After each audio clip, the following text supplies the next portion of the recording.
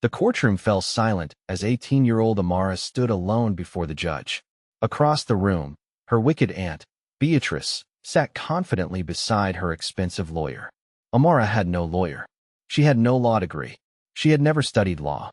But she had something her aunt never expected: proof.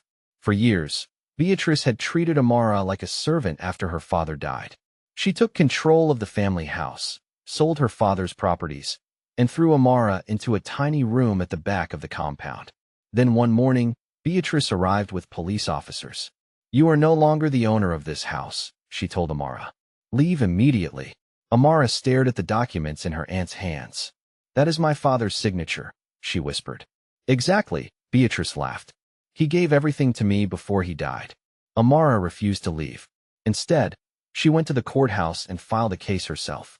When the hearing began, Beatrice's lawyer stood up. "My lord, this young girl has no legal representation. Her case is baseless and should be dismissed." The judge looked at Amara. "Do you understand what you are doing?" Amara swallowed hard. "No, my lord. I don't know the law, but I know my father."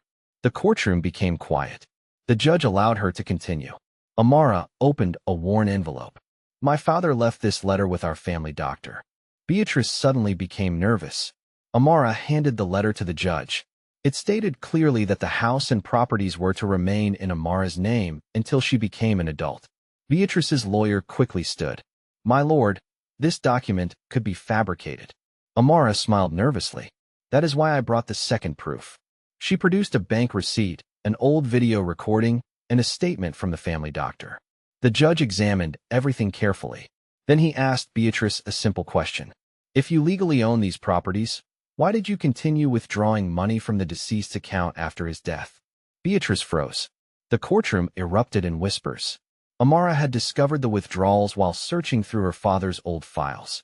The judge ordered the bank records to be brought forward. Within minutes, the truth became undeniable. Beatrice had forged documents, stolen money, and tried to take property that never belonged to her. The judge delivered his verdict. "The property shall be returned to the rightful heir. The defendant is also ordered to account for the funds taken from the estate." Beatrice's face turned pale.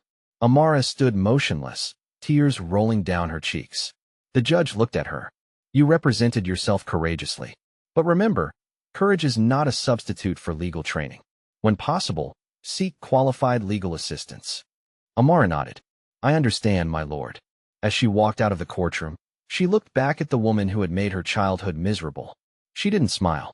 She simply whispered, "My father told me the truth would always find a way to speak." And that day it did. If you believe Amara did the right thing by fighting for what belonged to her, like this video, subscribe, and tell us in the comments. What would you have done if you were in Amara's position?